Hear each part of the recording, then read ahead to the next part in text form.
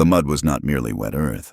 It was a heavy, cold hand grabbing at her ankles, trying to drag her down into the mire. Rose Callahan ran. She ran until the air in her lungs burned like raw whiskey, until the sound of her own heartbeat hammered against her ribs louder than the thunder rolling over the red cliffs.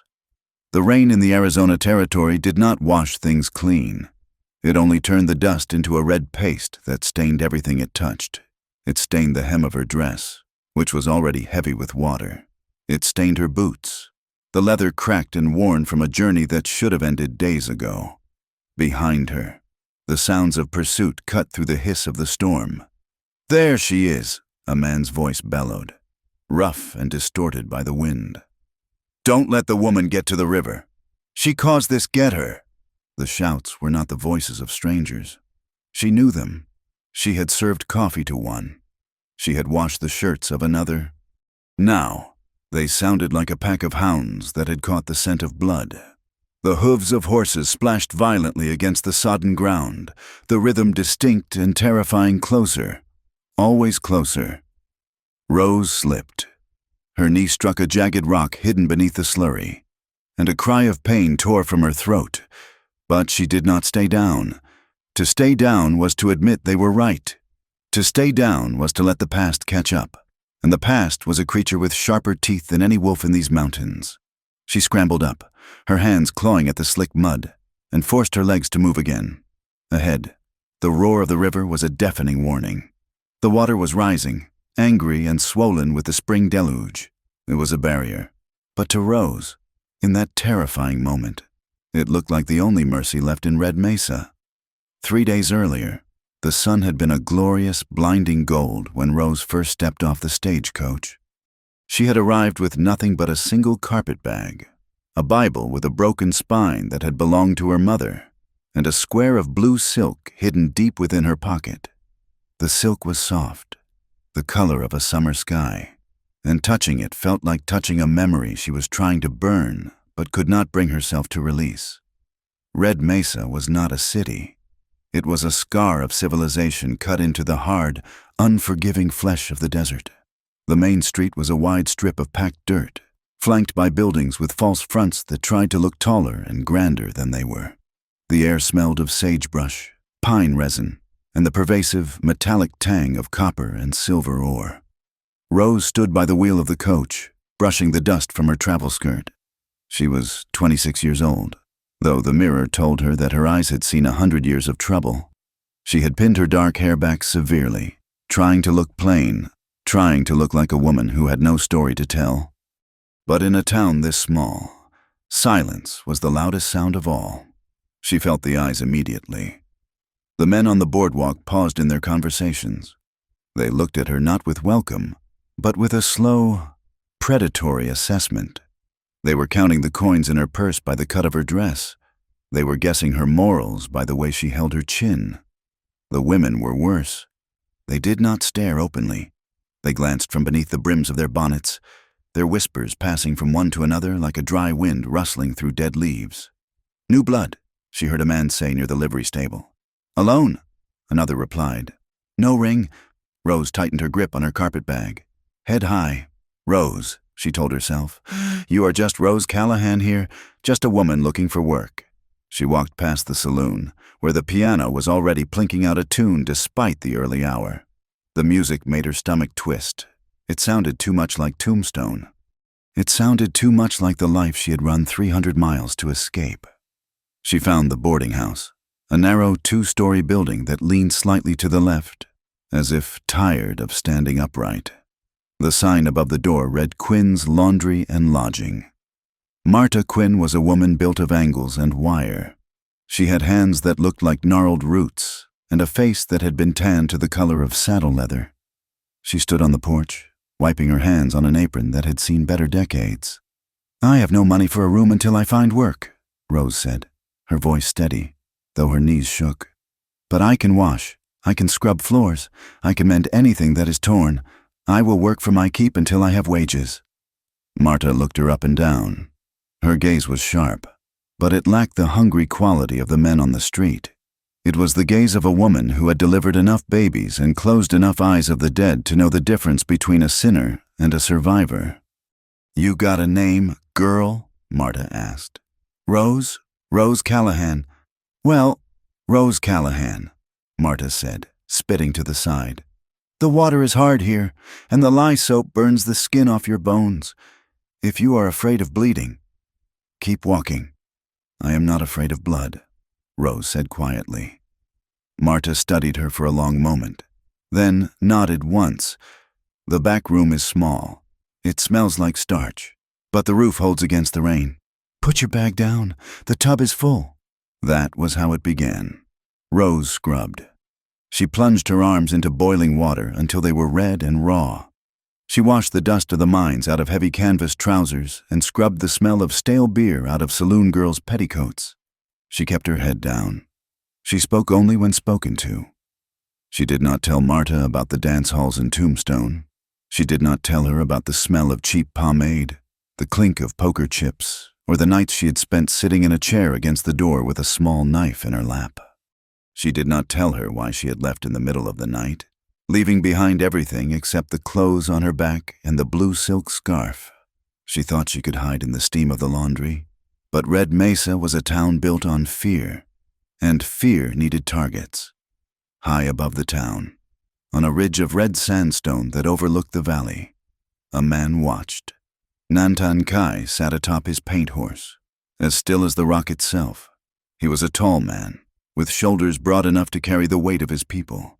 His hair was black and thick, tied back with a leather thong, and his face was a map of sharp plains and deep reserves.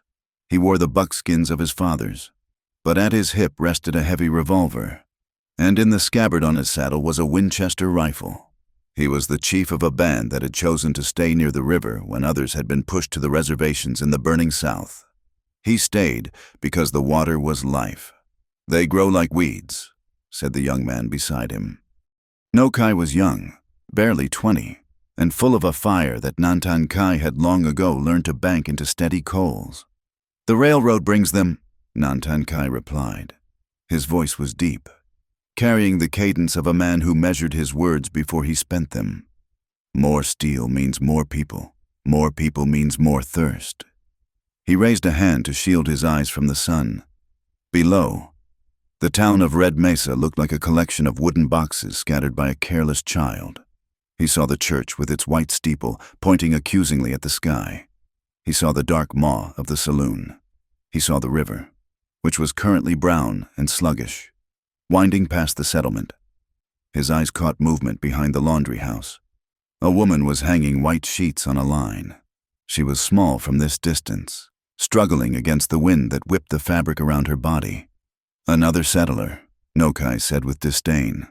"Another mouth to drink our water." "Perhaps," Nantan Kai said. He watched the woman pause and wipe her forehead with the back of her wrist. There was a weariness in her posture that he recognized. It was the weariness of a horse that has been ridden too hard, yet refuses to break stride. Or perhaps just another soul trying to keep her footing on shifting ground. He turned his horse away from the ridge.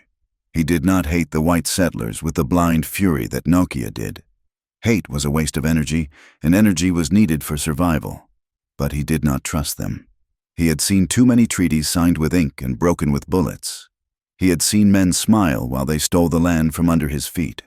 He would watch, he would wait, and he would guard the water. By the second day, Rose had learned the geography of the town's morality. The church and the saloon sat on the same street, separated only by a general store and the sheriff's office. It was a physical representation of the war for the town's soul. The railroad was creeping closer, its iron rails now only 10 miles out, and with it came money, noise, and violence. The town was crowded. Miners with faces blackened by dust jostled with cowboys who smelled of wet wool and cattle. There were gamblers in sharp suits, and women whose painted faces could not hide the exhaustion in their eyes. Rose tried to be invisible, but invisibility was a luxury she could not afford. She was carrying a basket of clean shirts to the hotel when she felt the shift in the air. It was Sunday morning. The church doors had opened, spilling the congregation out onto the boardwalk.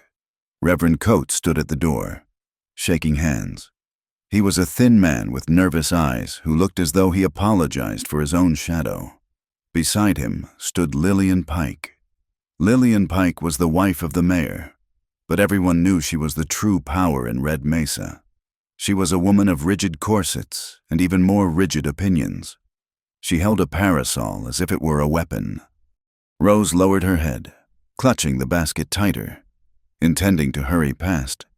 "Is that the new washerwoman?" Lillian's voice was not loud, but it carried with the clarity of a bell. Rose did not stop, but she felt the gaze of the women bore into her back. "Marta took her in," another woman whispered. "Came off the stage with no husband and no kin, just a bag." "A woman alone," Lillian said, and the judgment in her tone was heavy enough to crush stone. "It is rarely a good sign. Trouble follows a woman who walks without a shepherd." Rose turned the corner, her heart hammering. She knew women like Lillian. In Tombstone, they had crossed the street to avoid her shadow. They called themselves the guardians of virtue, but Rose knew they were merely the gatekeepers of fear. They needed someone to be the sinners so they could feel like saints. She reached the safety of the alley behind the hotel and leaned against the rough wood wall, exhaling a breath she hadn't realized she was holding. "You let them get to you, you lose," a voice said. Rose jumped. Marta was there, dumping a bucket of gray water into the dirt. "I am not letting them get to me," Rose lied. "Lillian Pike smells fear like a coyote smells like a sick rabbit," Marta said, wiping her hands. "She runs this town because the men are too busy drinking or digging to care, and the Reverend is too scared of losing his donation plate to speak up. You walk straight. Rose, do not give her a reason." "I have done nothing wrong," Rose said. "That does not matter," Marta replied grimly. "In Red Mesa, truth is just a story someone tells, and Lillian tells the loudest stories." The river began to rise that evening.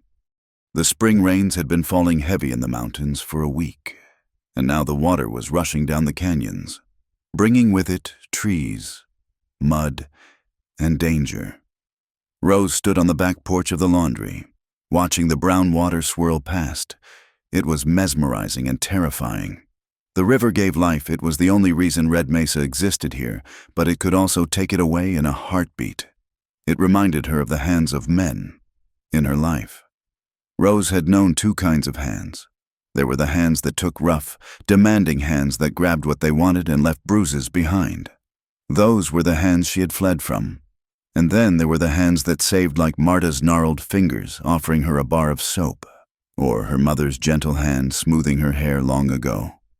She wondered if there were any hands left in the world that were simply strong without being cruel. She touched the pocket of her apron, where the blue silk scarf lay hidden. It was her talisman, a reminder that she had once been loved, and that she had once loved, before the world turned dark. "Rose," Marta's voice called from inside. "The sheriff is here to pick up his shirts." Rose froze. The sheriff. She took a breath, smoothed her apron, and picked up the bundle of starched white shirts. She walked into the front room. Sheriff Wade Harlan was a big man, his chest straining against the fabric of his vest. He had a face that might have been handsome once, before whiskey and power bloated it. He was leaning against the counter, picking his teeth with a splinter of wood. "Here are your shirts." "Sheriff," Marta said, gesturing to Rose. "Rose, put them on the counter." Rose stepped forward, keeping her eyes lowered. She placed the bundle down. $2.50, Marta said. The sheriff did not look at Marta. He looked at Rose. He looked at her dark hair, at the curve of her neck, at the way her hands trembled slightly as she withdrew them. "New girl," Wade said. His voice was thick, like oil. "She helps me," Marta said sharply. "She works hard." Wade reached out and caught Rose's wrist. His grip was sudden and shocking. Rose gasped and tried to pull back, but his fingers were like iron bands.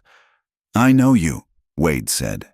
He pulled her a fraction of an inch closer, squinting his eyes. I just arrived 3 days ago," Rose stammered. "I am from the East." "No," Wade said slowly. A slow, ugly smile spread across his face. It was not a greeting. It was the smile of a man who had found a lost coin in the dirt. I will never forget a face, especially a pretty one. You were in Tombstone, at the bird cage. The air left the room. Rose felt the blood drain from her face. I washed dishes, she whispered, the lie tasting like ash. You washed more than dishes, Wade said softly, so only she could hear. He let go of her wrist, but the sensation of his touch lingered, burning her skin. I was there last year. I saw you. He straightened up and tossed $3 silver onto the counter. The coins clattered loudly in the silence. Keep the change, Wade said, winking at her. I have a feeling we will be seeing a lot of each other. Rose, a woman with a past like yours. Well, she needs friends in a town like this. He turned and walked out, his spurs jingling. Rose stood frozen. She looked at Marta. The old woman's face was pale. He knows, Rose whispered. He thinks he knows, Marta said, though her voice lacked its usual certainty. But Wade Harlan is a man who thinks whatever puts him on top. Outside, on the boardwalk, Sheriff Wade Harlan paused to light a cigar. He watched the smoke curl up into the darkening sky. He felt a surge of satisfaction. He liked having leverage. Leverage was better than money. Across the street, standing under the awning of the general store, Lillian Pike was watching him. She saw him come out of the laundry. She saw the way he paused and looked back at the closed door with a smirk. Lillian smiled. It was a small, tight smile that did not reach her eyes. She did not know exactly what had happened inside, but she knew men, and she knew guilt. The new woman was not just a stray. She was a stain, and stains needed to be scrubbed out. Trouble, Lillian whispered to herself, adjusting her gloves. I knew it, the wind picked up, howling down the main street, kicking up dust devils that danced like ghosts. Far in the distance, thunder rumbled, promising a storm that would flood the river and drown the silence. Rose stood in the dim light of the laundry, the silver dollars staring up at her from the counter. She felt the trap closing. The mountains that surrounded Red Mesa suddenly felt like the walls of a prison cell. She touched the silk scarf in her pocket again, but this time, it offered no comfort. It only felt like a fragile thing, easily torn. High on the ridge, the Apache fire was just a spark in the vast darkness, the only light that did not flicker in the wind. But Rose did not look up. She only looked at the door where the sheriff had exited, and she knew, with a terrifying certainty, that the running was not over. It had only just begun. The morning sun did not bring warmth to Red Mesa. It only illuminated the scars left by the storm. The red mud in the street was beginning to crust over, creating a treacherous surface that cracked under the weight of boots and hooves. The air was thick with a tension that tasted like copper and ozone, a silent vibration that warned of a lightning strike long before the thunder rolled. It began at 10 o'clock. A rider came galloping down the main road, his horse lathered in white foam, its sides heaving with exhaustion. The man was shouting before he even pulled on the reins. "Murder!" he screamed, his voice cracking. "They hit the silver shipment in the canyon." The word spread faster than fire in dry grass. Doors flew open. Men poured out of the saloon, wiping beer foam from their mustaches. Women stepped out of the general store, clutching their shawls.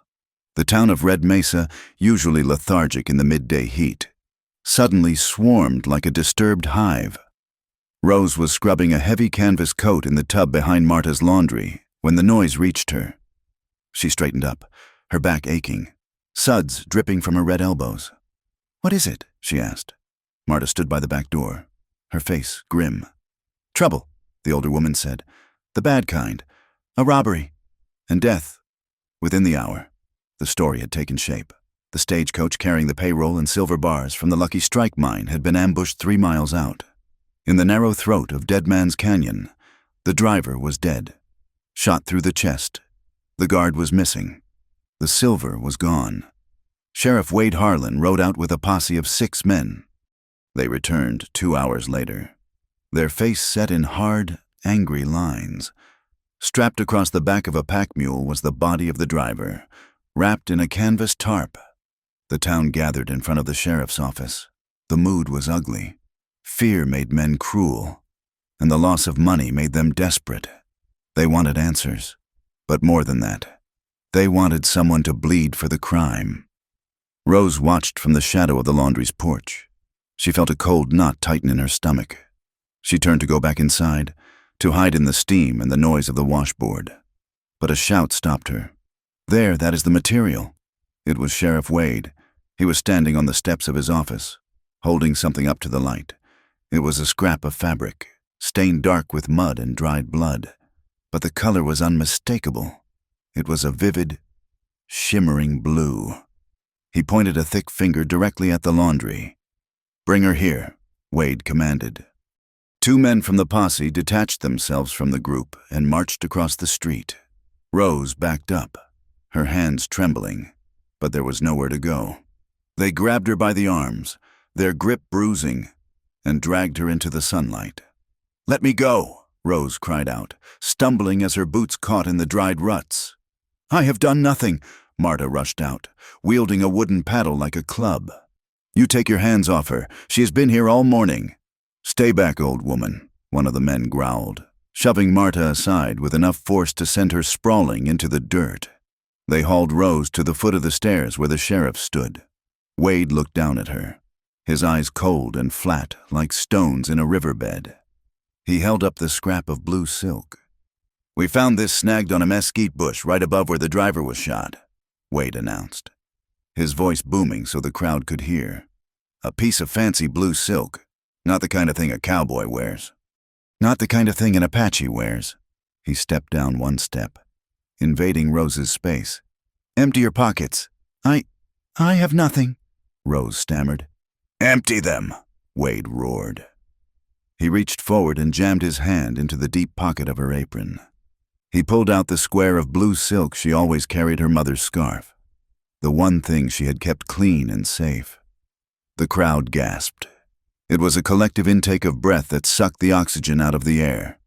Wade held the bloodied scrap against Rose's scarf. The blue was identical. The texture was identical. It did not matter that her scarf was whole. It did not matter that the scrap could have come from 1,000 other bolts of cloth in the territory. To the angry eyes of Red Mesa, it was a match. "She was out there!" a man shouted from the back. "She signaled them!" "No!" Rose screamed, looking frantically at the faces around her. "I was here, I was working, ask Mrs. Gable. She brought her linens in at 8 o'clock. I was right there. She searched the crowd for the baker's wife. Mrs. Gable was standing near the front, her face pale. "Mrs. Gable, please," Rose pleaded. "Tell them—" "Mrs." Gable opened her mouth, but then she looked at Sheriff Wade, whose hand rested casually on the butt of his pistol. She looked at Lillian Pike, who stood next to the mayor, her lips pressed into a thin, white line of disapproval. Lillian Pike stepped forward.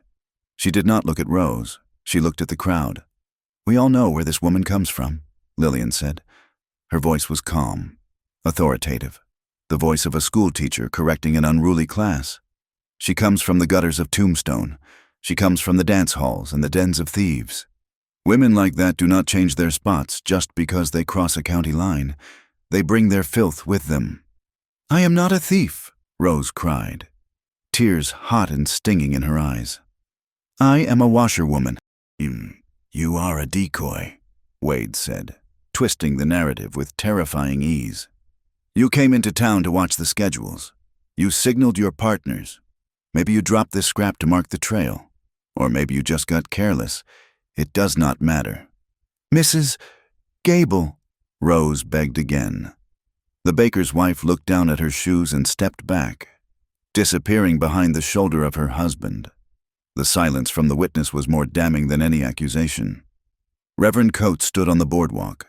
He clutched his Bible to his chest, his knuckles white. He knew this was wrong. He knew that evidence was circumstantial at best, manipulated at worst. He saw the terror in Rose's eyes, the same terror of a lamb facing the butcher. He opened his mouth to speak of justice, of the need for proof. Then he saw the faces of his congregation. They were not looking for mercy. They were looking for blood. If he spoke now, he would not save her. He would only lose them. The Reverend closed his mouth and looked away, studying the grain of the wood on the church door. "Lock her up," Wade ordered. The men dragged Rose toward the jail. The crowd parted, but not out of respect. They recoiled as if she were contagious. Someone spat, and the wet saliva landed on the hem of her dress. "Murderer! Whore!" The words struck her like stones. Rose ceased struggling. She realized, with a sinking heart, that struggling only made them enjoy it more. She held her head up, though her spirit was curling into a tight, protective ball deep inside her chest. The jail cell was small, smelling of damp stone, old straw, and the unwashed bodies of previous occupants. The sheriff shoved her inside and slammed the iron door shut. The clang of the metal echoed in her bones. Rose retreated to the corner, wrapping her arms around herself. She was shivering, though the air was stiflingly hot. For hours, she sat there. She could hear the town outside. The noise did not die down. It grew louder as the whiskey flowed. They were drinking to their own righteousness. Late in the afternoon, the heavy door to the outer office opened. Sheriff Wade walked in. He did not bring food. He did not bring water. He pulled a chair up to the bars and sat down, staring at her. "You should have run when you had the chance." "Rose," he said softly. Rose looked up. "I did not rob that stage. You know that. That scrap of cloth. You brought that with you." Wade chuckled. It was a dry, rasping sound. "Maybe I did. Maybe I found it. Does it matter? Look at them out there. They do not care about the truth. They are scared. They are scared of the Apache. They are scared of the mines closing. They are scared of the railroad passing us by. They need something they can hurt, something that makes them feel strong again." "Why me?" Rose asked, her voice trembling with a mixture of rage and despair. Wade stood up and leaned close to the bars. His face was in shadow, but his eyes caught the last light of the day. They gleamed with a personal, intimate hatred. "Because you think you can walk in here and wash off your past," Wade whispered. "You think you can act like a lady I saw you in the birdcage. Rose, I saw what you were. You are dirt, and dirt belongs under a boot." He paused, letting the cruelty sink in. "You deserve this," he hissed. "Not for the robbery, but for thinking you could be better than what you are." He turned and walked out. Leaving her in the gathering dark, Rose pressed her forehead against the cold stone wall. It was not the law that had trapped her. It was not justice. It was the simple, ugly fact that a man like Wade Harlan felt small, and destroying her made him feel big. Night fell completely. The only light came from the sliver of moon through the high, barred window. Rose tried to pray, but the words felt hollow. God seemed very far away from Red Mesa tonight. A soft scratching sound at the back window made her jump. "Rose," a voice whispered. Rose scrambled up on the narrow cot and looked out. Marta was there, her face pressed between the iron bars. "Marta," Rose breathed. "Go away. They will hurt you." "They cannot hurt what they cannot catch," Marta muttered. She passed a bundle wrapped in a cloth through the bars. It was warm cornbread and a piece of dried beef. "Eat. You will need your strength." Rose took the food, her hands shaking. "Did you speak to the mayor? Did you tell them about the laundry?" "I tried," Marta said, her voice bitter. "Lillian Pike has been busy. She has the women convinced that you lured the driver to his death with your wiles. She says you are a witch who brings bad luck. The mayor listens to his wife because he wants to sleep in his own bed." Marta reached through and gripped Rose's fingers. Her hand was rough, calloused, and incredibly warm. "Listen to me, girl," Marta said urgently. "Wade does not have enough to hang you legally. The judge is in Tucson and will not ride the circuit for another 2 weeks. Wade knows if he waits, the evidence will not hold. He wants the town to do it for him." "What do you mean?" "I mean a lynch mob does not need a judge," Marta said bluntly. "But he is afraid of the repercussions if he lets them storm the jail right now. The governor is watching the territory closely because of the statehood talks.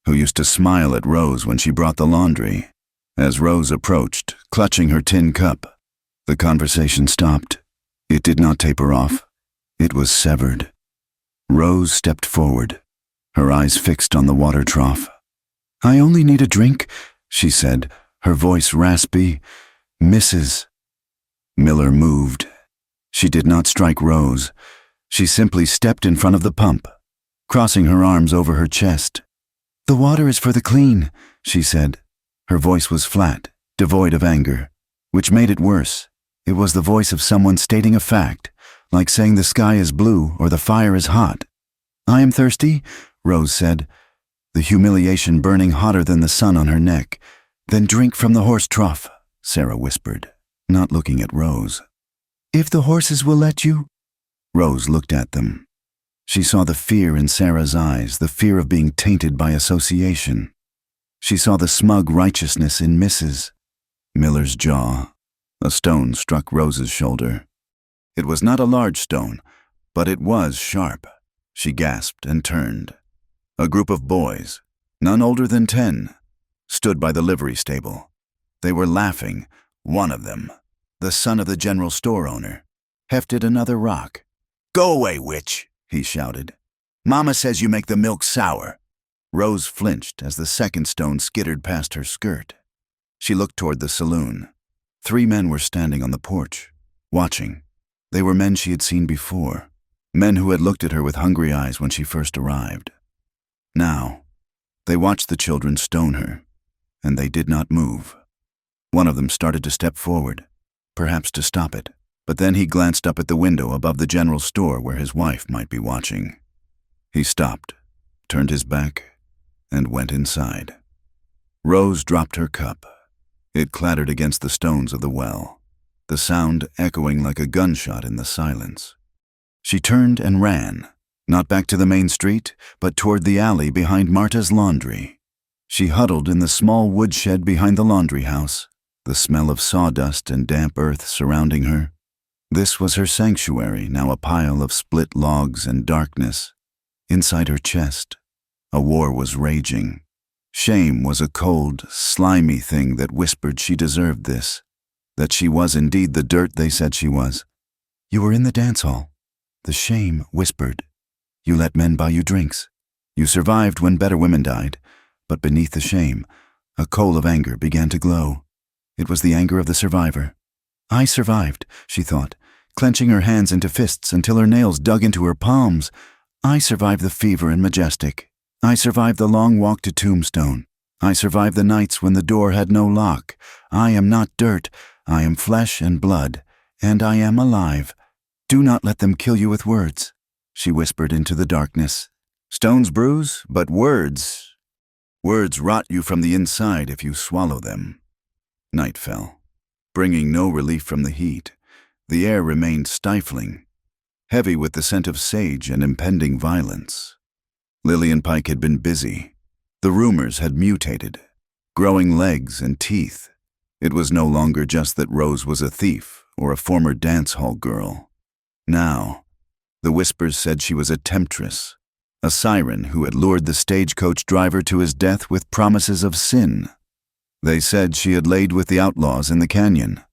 "She will come for your husbands next," Lillian had told the sewing circle, her voice trembling with theatrical concern. "A woman like that, she has an appetite that destroys families. We must purify our town." Rose heard the noise first. It was the sound of breaking glass. She sat up in the darkness of the woodshed. Through the cracks in the wood, she saw flickering light. Someone had thrown a torch onto the clothesline in the yard. The white sheets, dry as parchment, caught fire instantly. The flames leaped up, painting the back of the house in erratic strokes of orange and black. "Come out," a woman's voice screamed. "Come out, harlot!" Then came the banging. Heavy fists pounded on the back door of the laundry.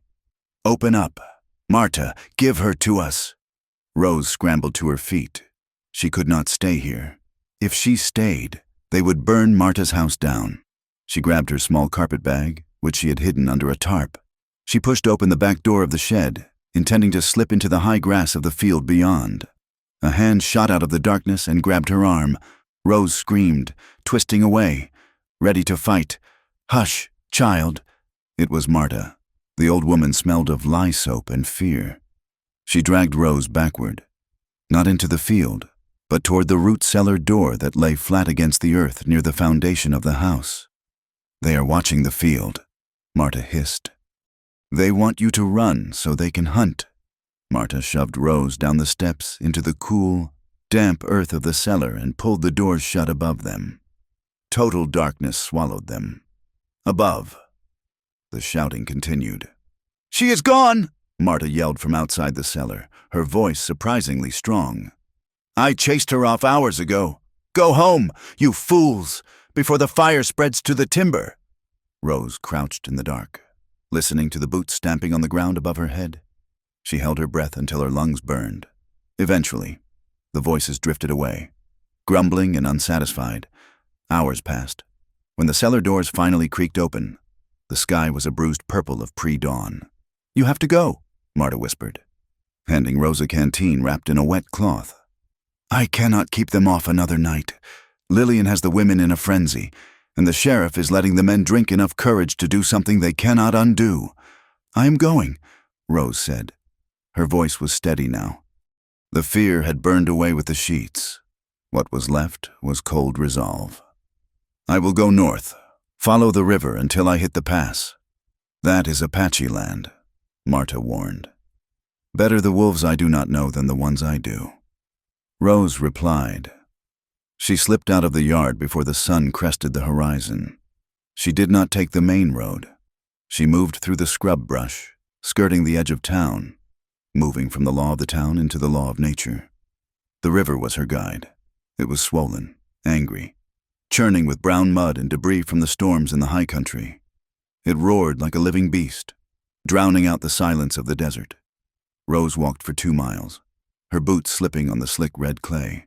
She needed to cross at the Narrows, a place where the river was squeezed between 2 high walls of rock, but where the water was usually shallow enough to wade. Today, however, the Narrows looked like a death trap. The water was high, lapping at the black rocks. She hesitated, looking at the path ahead. A narrow trail wound around a pile of boulders. As she rounded the corner, 3 men stepped out from behind the rocks.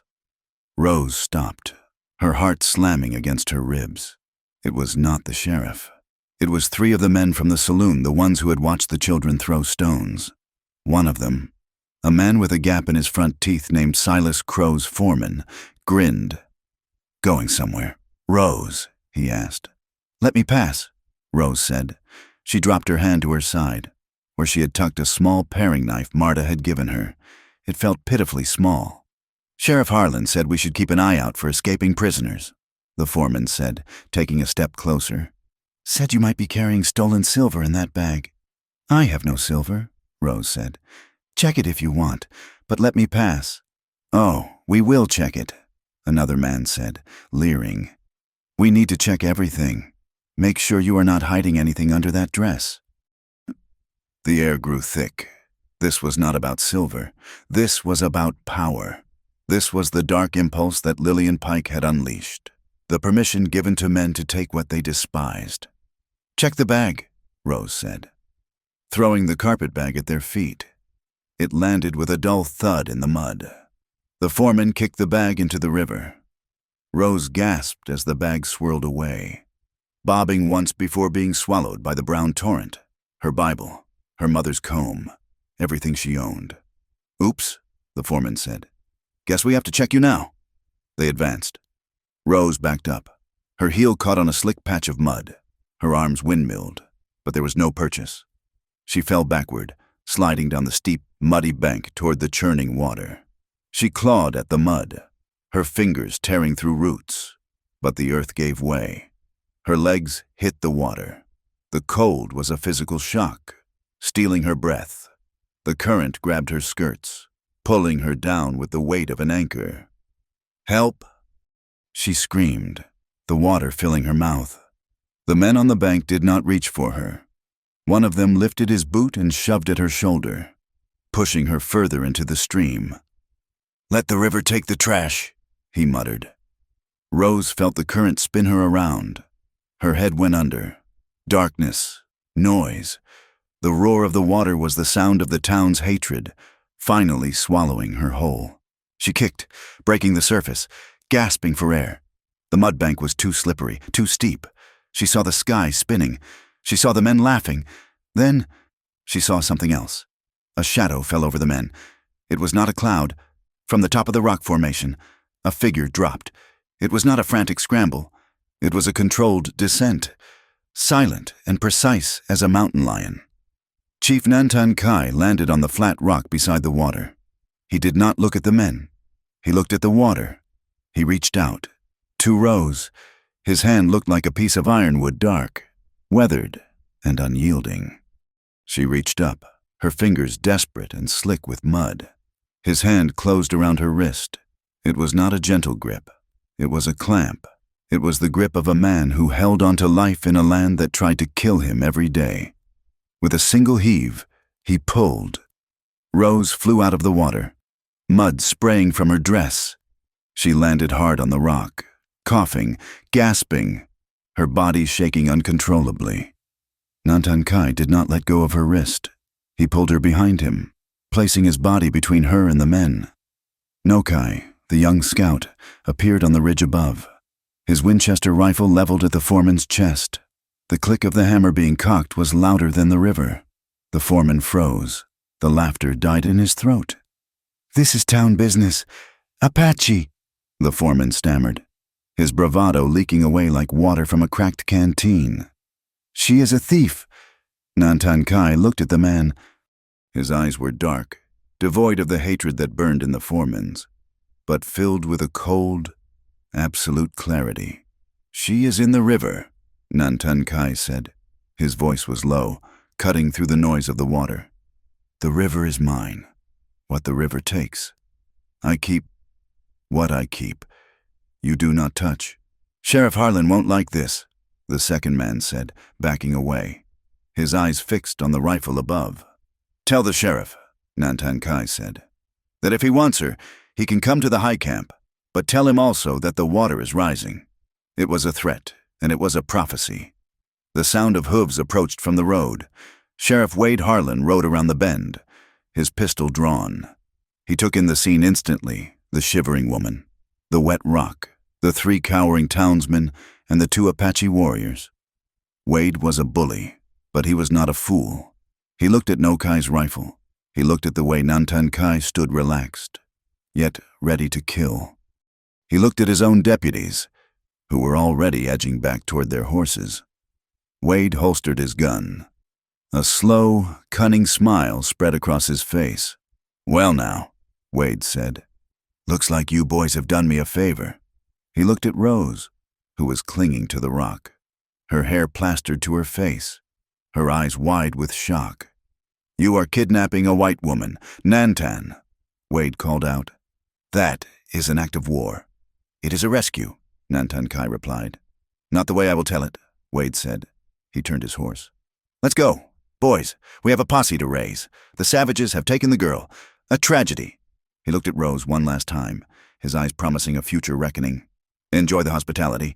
Rose, it is a long way down from there." The sheriff and his men rode away, leaving dust and lies in their wake. Rose slumped against the rock. The adrenaline was fading, leaving her limbs heavy as lead. She looked up at the man who still held her wrist. Nantan Kai looked down at her. He did not smile. He did not offer words of comfort. He reached into a pouch at his belt and pulled out a strip of dry cloth. He handed it to her. "Dry your face," he said. Rose took the cloth. Her hands were shaking so hard she could barely hold it. "Why?" she whispered. "Why did you?" "The water does not judge the stone," Nantan Kai said simply. "It only flows around it, or it drowns it. Today, you did not drown," he signaled to Nokai, who brought the horses down. Nantan Kai lifted Rose onto his horse with effortless strength. She sat behind him, wrapping her arms around his waist because she was too weak to sit upright. She smelled wood smoke, leather, and rain on his skin. It was a scent that had no judgment in it. As they rode away from the river, climbing the steep trail toward the red cliffs, Rose looked back. Red Mesa was just a smudge of smoke in the distance. The town that had shunned her, the town that had tried to wash her away, was gone. She was entering a new world, a world of silence and stone. She was exhausted, battered, and stripped of everything she owned. But as the horse climbed higher, Rose realized one thing she was breathing, and for the first time in 3 days, the air did not taste of hate. The Apache camp was hidden in a box canyon, sheltered by towering walls of red rock that glowed like embers in the sunset. It was not a place of chaos. It was a place of order. Women were grinding corn on flat stones. Children were playing a game with sticks and a hoop. Dogs lay near the fires, watching with lazy eyes. When Nantan Kai rode in with a white woman on his horse, the activity stopped. Silence descended. It was not the hostile silence of the town square. It was a wary silence. It was the silence of a deer lifting its head to test the wind. Nantan Kai slid off the horse and reached up to help Rose down. Her legs buckled as her feet touched the ground, and he caught her. An older woman, her face a map of deep wrinkles, walked forward. She looked at Rose's wet dress, her bruised face, and her trembling hands. She looked at Nantan Kai. "She has no clan," the old woman said in the Apache tongue. Though Rose did not understand the words, she understood the tone. It was a question. "She has no one." Nantan Kai replied in English, looking at Rose. "She stays." He turned to Rose. "This is Nana. She will give you dry clothes. Sleep. We will talk when the sun returns." Rose nodded. She followed the old woman toward a small wickiup made of brush and canvas. She did not look back. She could feel Nantan Kai watching her, his gaze heavy and unreadable. She was a stranger in a strange land. She was the enemy's kin. But as she crawled onto the pile of furs inside the shelter, Rose felt a strange sensation. It was the absence of something. The crushing weight of the town's eyes was gone. Here, she was just a woman who had fallen in the river. And that, for now, was enough. Rose woke to the smell of burning sage and damp earth. For a moment, in the haze between sleep and waking, she thought she was back in the laundry room. The smell was the lye soap boiling in the copper vats. She stiffened, waiting for the sound of Marta's heavy footsteps or the harsh clang of the sheriff's spurs. But there was only silence, not the empty, hostile silence of the town, but a living silence, filled with the soft murmur of wind against canvas and the distant nickering of horses. She opened her eyes. She was lying on a bed of furs spread over woven mats. The structure around her was not made of milled lumber. It was a wickiup, a dome of bent willow branches covered in hides and brush. The light filtering through the smoke hole in the roof was gray and soft. A woman was kneeling beside her.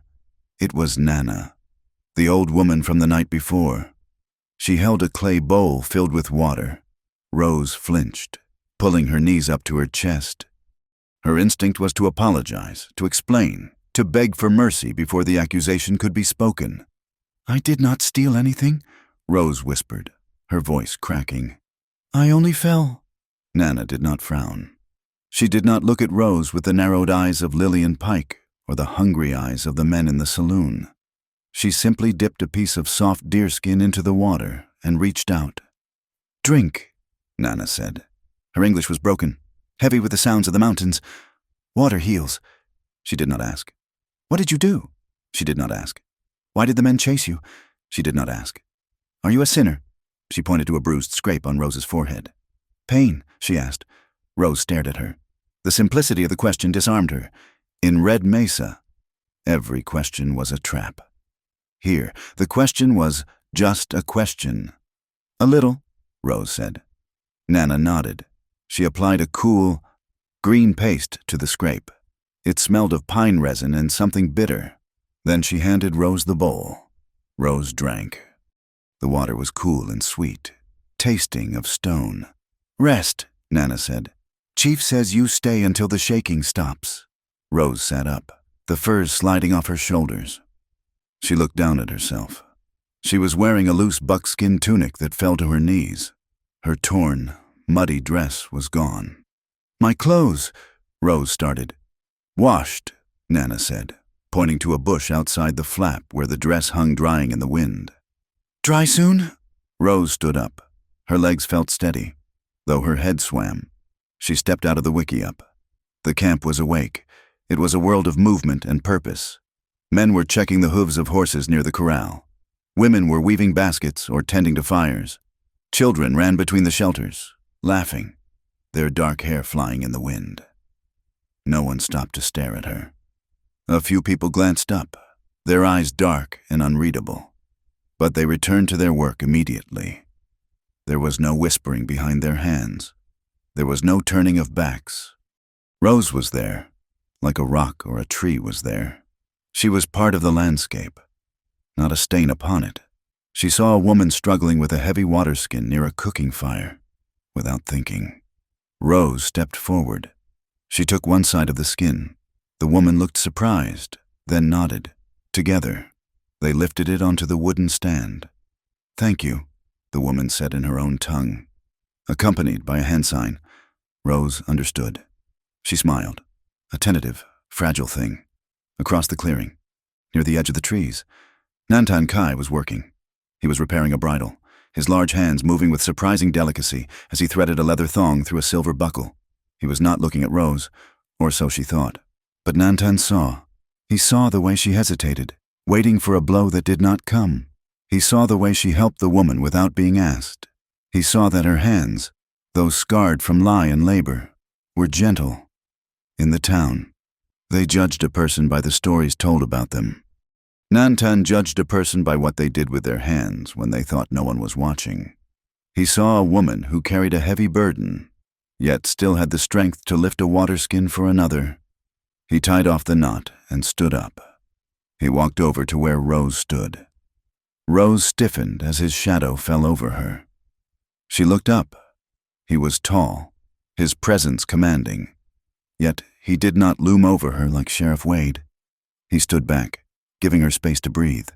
"The swelling is down," Nantan said. "Yes," Rose said. Your grandmother was kind. Nana's mother to us all," Nantan replied. Rose looked toward the canyon entrance. The sky was darkening in the west. Huge, bruised clouds were stacking up against the peaks. The wind was picking up, whipping sand around her ankles. "I cannot stay here," Rose said. The words tasted like ash, because for the first time in years, she wanted to stay. But she knew the rules of the world. "The sheriff, he will come back. I will bring danger to your people." Nantan looked at the sky, then back at her. "The sheriff is a man who makes a lot of noise, like a dry creek before the flood, but he does not ride in the dark." "He hates me," Rose said, the fear creeping back into her voice. "He will use me as an excuse to hurt you." "He hates what he cannot control," Nantan corrected. "You are free to go." Rose Callahan. "We do not keep slaves." He pointed to the trail leading out of the canyon. "But the river's angry tonight," he continued. "And the wind brings sand that strips the flesh from the bone. If you walk out there now, nature will kill you before the sheriff even saddles his horse." Rose looked at the trail. The wind was already howling through the narrow pass, a mournful, hungry sound. "Stay," Nantan said. It was not a command. It was an invitation. "When the sun returns, if you wish to walk, you walk. Tonight, we eat." He turned and walked back to the fire. Rose stood there, torn between the fear of the known threat in town and the unknown safety of this camp. She looked at the darkening trail, then at the fire where Nantan sat. She chose the fire. The storm hit an hour after sunset. It was not rain this time, but wind, a haboob, a wall of dust and grit, slammed into the canyon walls. The wickiups shuddered, but they held, built low and round to let the wind pass over them. Inside Nantan's lodge, the air was warm. A small fire burned in the center pit, the smoke spiraling up through the hole in the roof. The wind outside shrieked like a banshee, but inside, the world was reduced to the crackle of cedar wood and the rhythmic breathing of the man across the fire. Nantan sat cross-legged, cleaning his Winchester rifle. The metal gleamed in the firelight. Rose sat on the opposite side, wrapping her arms around her knees. "You have a mark," Nantan said suddenly. Rose looked up. He was looking at her wrist, where the sheriff had grabbed her days ago. The bruise was a dark purple ring, ugly against her pale skin. "It is nothing," Rose said, pulling her sleeve down. "It is not nothing," Nantan said. He set the rifle down and reached for a small clay pot near the fire. He opened it, and the smell of pungent herbs filled the small space. "Give me your hand." Rose hesitated. The last man who had asked for her hand had twisted it until she cried out. Nantan did not move. He waited. His hand was open, palm up, resting on his knee. It was a calloused hand, a hand that had killed, a hand that had broken horses, but right now, it was simply waiting. Slowly, Rose extended her arm. Nantan took her hand. His grip was firm but light. His fingers were warm. He dipped his other hand into the pot and scooped out a bit of the salve. He began to rub the salve into the bruise on her wrist. Rose held her breath. The sensation was overwhelming. His thumb moved in slow, circular motions, working the medicine into the damaged skin. He was so close she could smell the rain on his hair and the tobacco in his shirt. She looked at his face.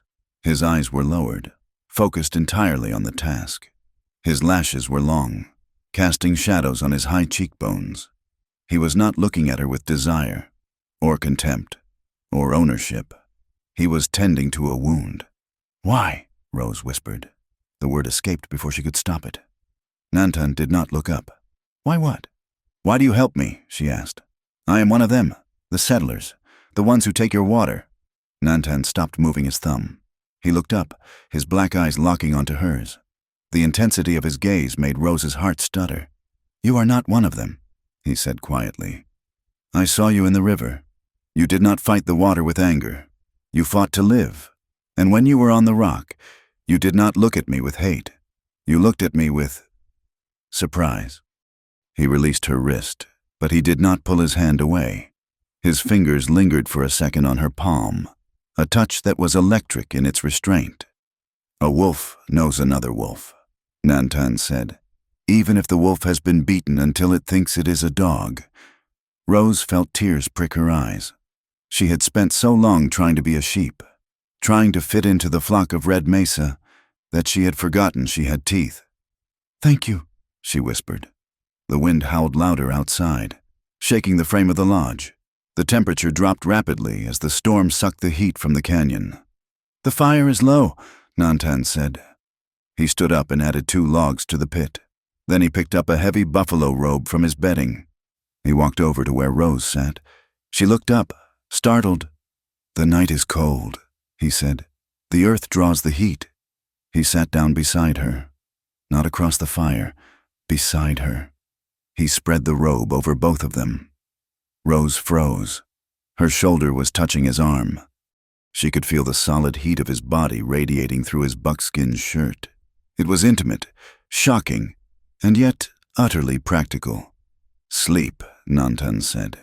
He leaned his head back against a support pole and closed his eyes. "I will watch the fire."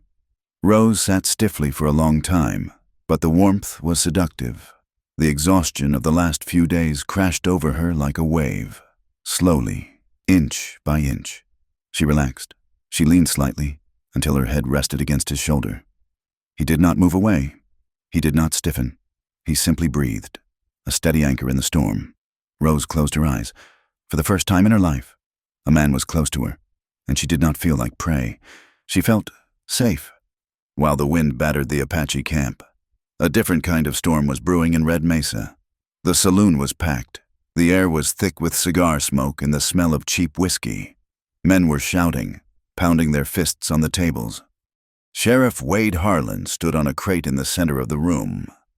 His face was flushed with drink and triumph. "They have taken her," Wade bellowed. "I saw it with my own eyes." Nantan Kai and his renegades dragged Rose Callahan right out of the river. She was screaming for help. A roar of outrage went up from the crowd. It did not matter that half the town had shunned Rose that very morning. Now that the Apache had her, she was suddenly our woman. She was a symbol of white womanhood violated by the savage.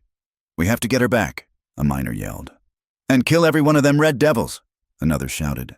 In the corner, sitting at a table that afforded a view of the entire room, sat Lillian Pike. She was not supposed to be in a saloon. But tonight, the rules were suspended.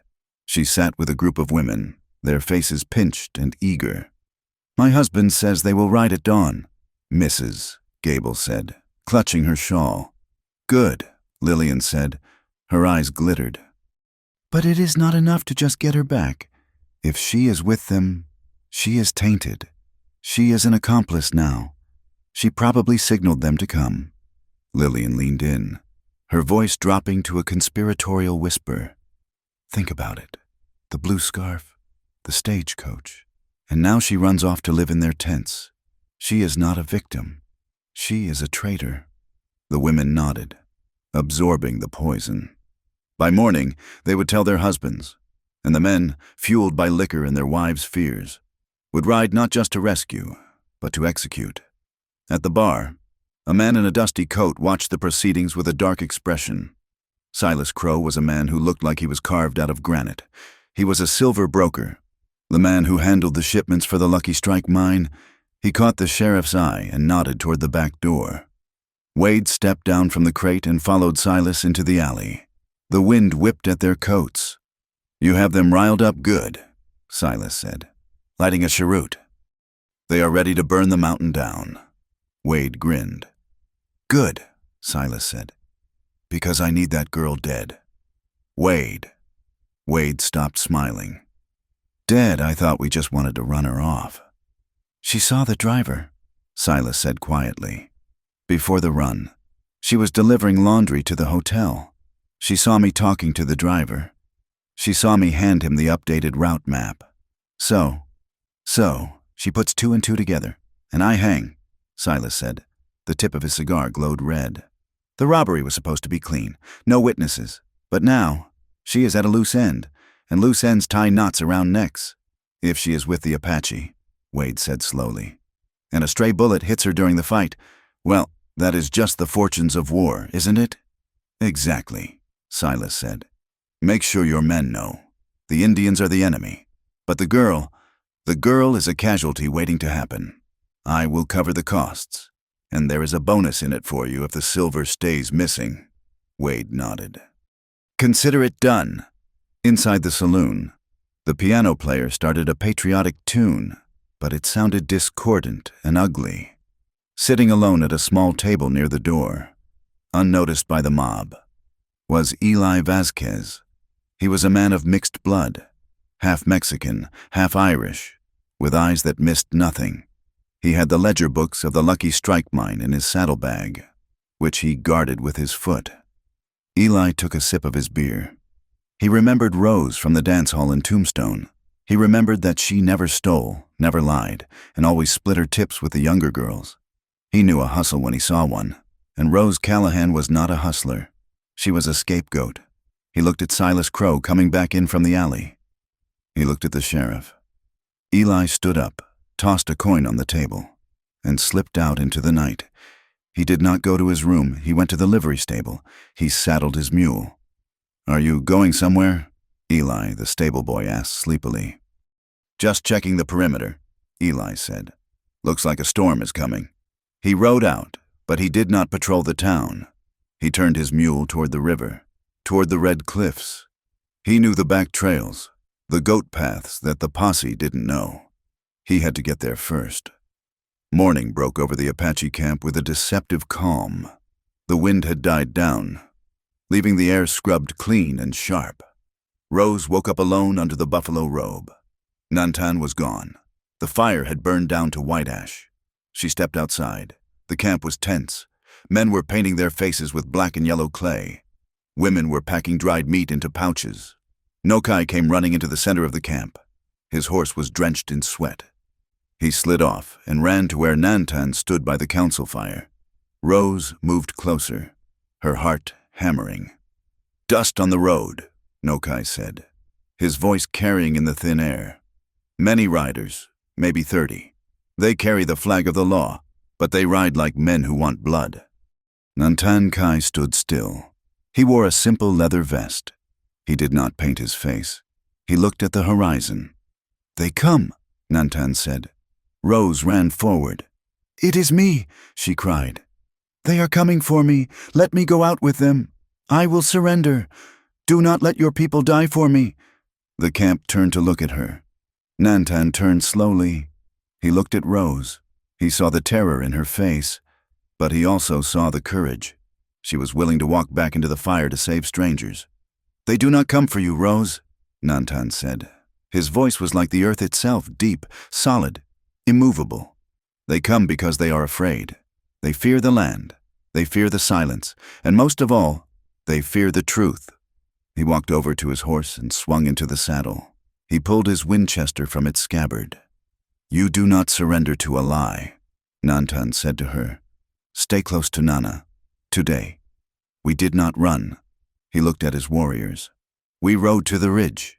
We show them that we are not ghosts." "We are men?" "And the woman?"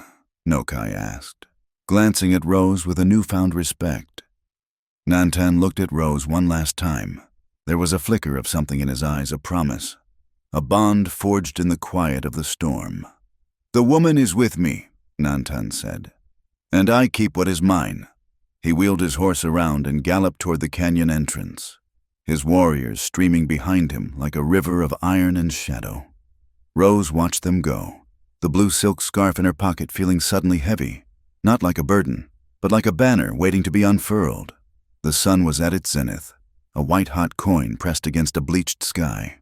When the posse arrived at the base of the red cliffs, they did not come quietly. They came with the jingle of spurs, the creak of saddle leather, and the heavy, arrogant thud of hooves on stone. There were 30 men, a snake of dust and iron winding its way up the narrow trail that led to the plateau where Nantan Kai stood waiting. Sheriff Wade Harlan rode in front. He wore his badge pinned to his duster like a shield of righteousness. Beside him rode Silas Crow, looking uncomfortable in a saddle, his city suit covered in a fine layer of red grit. Behind them, in a buckboard wagon driven by her husband, sat Lillian Pike. She held a parasol against the sun, her face set in a mask of grim determination, as if she were attending a funeral she had personally arranged. Rose stood behind Nantan Kai. She could feel the vibration of the horses through the soles of her moccasins. Her heart hammered against her ribs. A frantic bird trapped in a cage. But she did not retreat. She looked at the line of Apache warriors, their faces painted with the black of war and the yellow of death, standing silent and still as the stone giants around them. The sheriff pulled his horse up 10 yards from where Nantan stood. The posse fanned out behind him, rifles resting ominously across their saddles. "Nantan Kai," Wade shouted, his voice echoing off the canyon walls. "You are harboring a fugitive. By the authority of the territory of Arizona, I demand you hand her over." Nantan did not move. He stood with his arms crossed over his chest, his Winchester rifle held loosely in the crook of one elbow. He looked at Wade not as a man of law, but as a child throwing a tantrum. "There are no fugitives here," Nantan said. His voice was not loud, yet it carried further than the sheriff's shout. "Only guests. She is a thief and an accomplice to murder," Lillian Pike shrieked from the wagon. She stood up, pointing a gloved finger at Rose. "Look at her dressed like a savage already. She has turned her back on her race and her god. She is filth." Rose flinched as if struck. The words cut deeper than the wind. She saw the faces of the men in the posse, men she had served coffee to, men whose shirts she had washed. They looked at her with a mixture of lust and loathing. To them, she was no longer a woman. She was a vessel for all their fears and failures.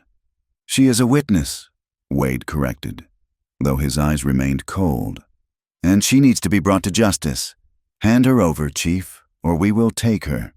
And if your people get in the way, their blood is on your hands." Silas Crow shifted in his saddle. He pulled a heavy pistol from his coat. "Stop talking, Wade," he muttered. "They are stalling. Take the girl. Shoot the rest." The tension stretched tight, a bowstring ready to snap. Fingers hovered over triggers. The horses sensed the violence, dancing nervously. their eyes rolling white. Suddenly, a young deputy near the back, his nerves frayed by the silence of the Apache, jerked his reins. His horse reared. In his panic, his finger tightened on the trigger of his shotgun. Boom! The shot went wide, blasting into the dirt. But the sound was a thunderclap that shattered the world. Chaos erupted. Horses screamed. Men shouted. In the confusion, a small Apache child, a boy of no more than 5 years, broke from his mother's grasp near the tents.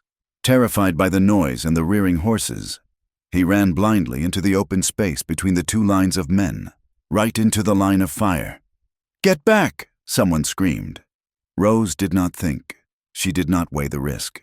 She did not look at the guns pointed at her. She saw the child. She saw the terror in his small, dark eyes. She ran. "Rose, no!" Nantan shouted. Rose threw herself forward, sliding into the dirt. She grabbed the boy and curled her body around him. Shielding him with her own flesh and bone, she pressed his face into her shoulder, covering his ears with her hands, making herself a target to save a life that was not her own. "Don't shoot!" a voice bellowed. It was not Nantan. It was Reverend Coates. He had ridden up at the back of the posse, silent until now. He spurred his mule forward, placing himself between the guns and the woman on the ground. "Hold your fire!" the Reverend screamed, his face red. "There is a child." Silence fell again, heavier than before. The dust swirled around the figure of Rose Callahan, curled in the dirt, rocking the Apache boy who was sobbing into her buckskin tunic. Nantan Kai watched her. He saw the way her hands moved over the boy's hair, soothing, protective. He saw that she did not care that the boy was Apache and she was white. She only cared that he was small and afraid. He looked at the sheriff. Then he looked at his own elders standing behind him. "You say she is filth," Nantan said, his voice cutting through the dust. "You say she is a killer." He walked forward, ignoring the rifles trained on his chest. He reached down and helped Rose to her feet. She stood up, still holding the boy's hand, dust coating her face. Nantan turned to the posse. "I look at this woman, and I see courage. I see a mother to a child not her own. I see a heart that is clean." He placed his hand on Rose's shoulder. It was a claim. It was a shield. "She is under my word," Nantan declared. "To take her, you must kill me. And to kill me, you must kill the mountain." "Then so be it," Silas Crow yelled. He raised his pistol, aiming not at Nantan, but directly at Rose. "Kill the witch. Drop the gun, Silas." The voice came from the ridge above the trail. Everyone looked up. Eli Vasquez sat on his mule, silhouetted against the sun. In his hand, he held a thick, leather-bound book. "I have the ledger, Silas," Eli shouted. "I have the dates, I have the payouts, and I have the letter you wrote to the driver 2 days before the run." Silas Crow froze. His face went the color of old parchment. "He is lying," Silas screamed. "He is drunk." "I am stone-cold sober," Eli said, guiding his mule down the shale slope. "Sheriff, look at the manifest. The silver was never on that coach." Silas moved it to a private wagon 3 hours before departure. He robbed his own shipment, killed the driver to cover his tracks, and planted that scarf to frame the girl because she saw him with the map. Sheriff Wade Harlan looked at Silas. The pieces clicked into place: the rush to judgment, the planted evidence, the money Silas had been flashing at the poker table. "Is this true, Silas?" Wade asked, his voice low and dangerous. Silas looked at the sheriff. He looked at the ledger in Eli's hand. He looked at the Apache warriors who were now knocking arrows. Panic, cold and irrational, took hold of him. "I won't hang!" Silas shrieked. He swung his pistol toward Eli and fired. The bullet struck the rock near the mule's hooves.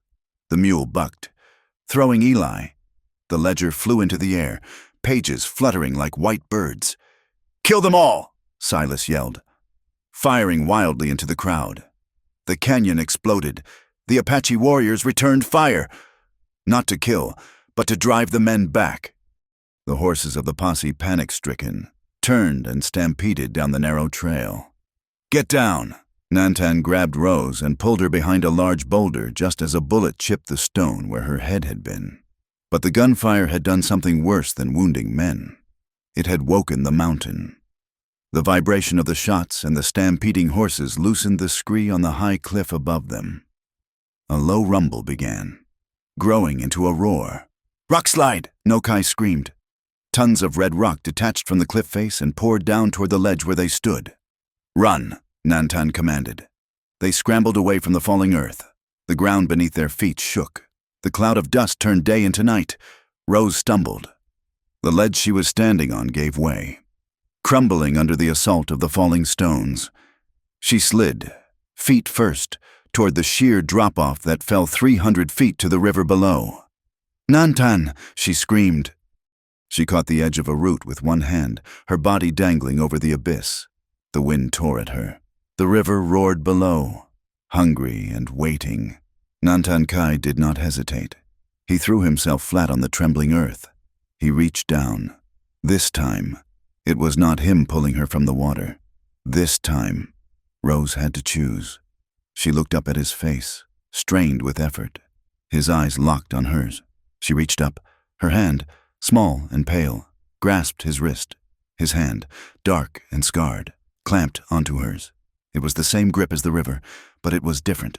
In the river, he had saved a stranger. Now, he was holding on to his life. "Do not let go," Nantan gritted out, his muscles straining as the rocks rained down around them. I have you, Rose whispered back, tightening her grip. With a roar of exertion, Nantan pulled. He dragged her up over the lip of the ledge, pulling her into his chest. They rolled away from the edge, coming to rest against the canyon wall as the last of the rock slide thundered past them, burying the trail where the posse had stood moments before. Silence returned slowly, broken only by the coughing of men in the dust. The dust settled. The posse was scattered. The wagon was overturned, its axle broken. Lillian Pike was sitting in the dirt, her bonnet crushed, her face streaked with red mud, looking small and ridiculous. Silas Crow lay near the edge of the cliff, pinned under a fallen boulder, his pistol just out of reach. He was groaning, his leg crushed. Sheriff Wade Harlan stood up, brushing the dirt from his badge. He looked at Silas. He looked at Eli, who was limping forward with the ledger in his hand. Wade walked over to Eli, took the book, and opened it. He read the page. He closed the book. He walked over to where Silas lay pinned. "You played me, Silas," Wade said. His voice was devoid of sympathy. "You made a fool of me." Help me," Silas wheezed. "I will help you to a cell," Wade said. He signaled to his deputies, who were picking themselves up from the ground. "Get this rock off him, and put irons on him." Wade turned to Nantan Kai and Rose. They were standing together, covered in dust, Rose's hand still resting on Nantan's arm. The sheriff took a deep breath. He looked at Rose. For the first time, he did not see a dance hall girl. He saw a woman who had run into gunfire to save a child. I reckon I was wrong," Wade said. The words tasted like bile in his throat, but he said them. "About the robbery, and about you." He touched the brim of his hat. It was not an apology, but it was a concession. "We'll be going," Wade said. "Reverend, you coming?" Reverend Coates stood by his mule. He looked at the sheriff, then at Rose. "Go on, Wade," the Reverend said. "I think I have some business here. I think I need to apologize to a lady before I can preach another sermon." The sheriff nodded and turned his horse. The posse, battered, bruised, and shamed, began the long, slow descent back to the valley. Lillian Pike refused to look at Rose as her husband helped her limp down the trail. Her reign of terror was broken, not by force, but by the simple, undeniable weight of the truth. The sun began to set, painting the canyon in shades of violent violet and burning gold. The Apache camp was quiet. The danger had passed. Nantan Kai stood by the fire. Rose stood across from him. The adrenaline was fading, leaving a trembling in her limbs that had nothing to do with fear. She looked at him. He looked at her. "You ran into the guns," Nantan said softly. "There was a child," Rose said. "There was death," Nantan corrected. "And you did not care." He stepped closer. The space between them was charged. Electric. "My people saw you today," Nantan said. "They did not see a white woman. They saw a brave woman. They saw a woman with a heart that is big enough to hold the world." He reached out and took her hands. His thumbs traced the calluses on her palms. "I have walked alone for many winters," Nantan said. "I thought my heart was a stone, good only for building walls. But you are the water that softens the stone. You are the flower that grows from the rock." Rose looked up at him, tears streaming down her face, cutting tracks through the dust. "I am damaged," she whispered. "I have a past." "We all have a past," Nantan said. "The earth has a past of fire and ice, but it still brings forth life. I do not care about who you were. I care about who you are, and who you are is the woman who holds my soul." He paused, his dark eyes searching hers. "I cannot offer you a house of wood," he said. "I cannot offer you silk dresses or the safety of the town. I can only offer you the sky for a roof, the fire for warmth, and my arm to guard your sleep. I offer you my name." He took a breath. "Rose Callahan, I ask you to walk with me. Not behind me, with me. As my wife." Rose looked at the man standing before her. She looked at the scar on his cheek, the kindness in his hands, the integrity that stood taller than any church steeple. She looked at the town in the distance, a place that had never wanted her. Then she looked at the camp around her, where she had been fed, healed, and seen. "I do not want a house of wood," Rose said, her voice clear and strong. "I want a home, and you are my home." She nodded. Nantan Kai did not smile. He looked at her with a solemn intensity that was more powerful than any smile. He turned to the elders who were watching from the shadows. "Prepare the fire," he said. The ceremony was not long. There was no organ music, no white lace. There was only the crackle of the fire and the hum of the wind in the canyon. Rose stood by the fire. Nana brought out a blanket. It was woven with the colors of the earth, red for the clay, black for the night, white for the snow, and yellow for the sun. Nantan Kai took one corner of the blanket. He waited. Rose stepped forward and took the other corner. Together, they wrapped the blanket around their shoulders, pulling themselves into a single, shared space. Under the heavy wool, the world outside disappeared. There was only the heat of their bodies and the beat of their hearts. "No more running," Nantan whispered, his forehead resting against hers. "No more running," Rose replied. He lowered his head. His lips brushed hers, tentative at first, then firm. A seal on a promise made not in ink, but in blood and breath. It was a kiss that tasted of dust and survival, of pain ending and life beginning.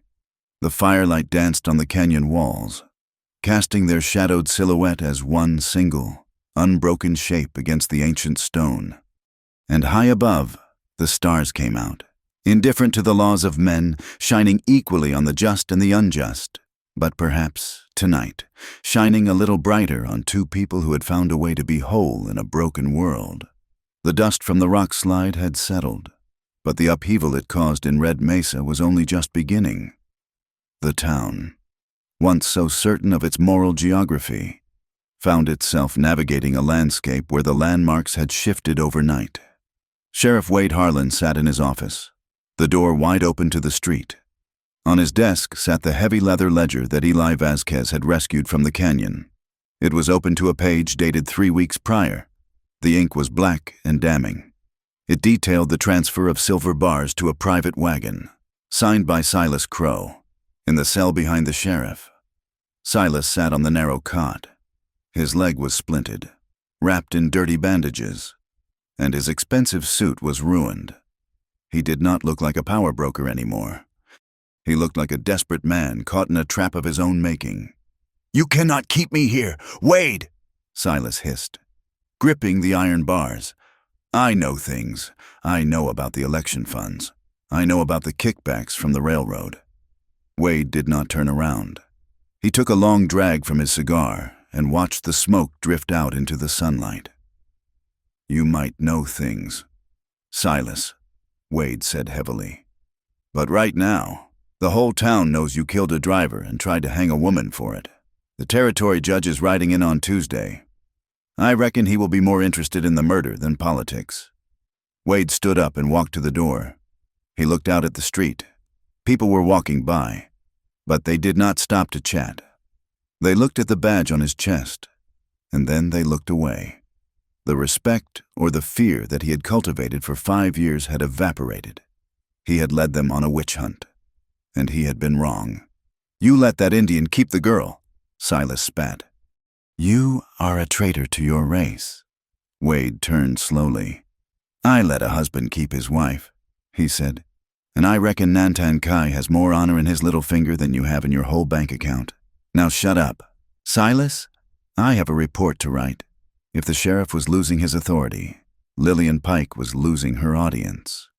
The mayor's house was the largest in Red Mesa, a 2-story structure painted a crisp white inside.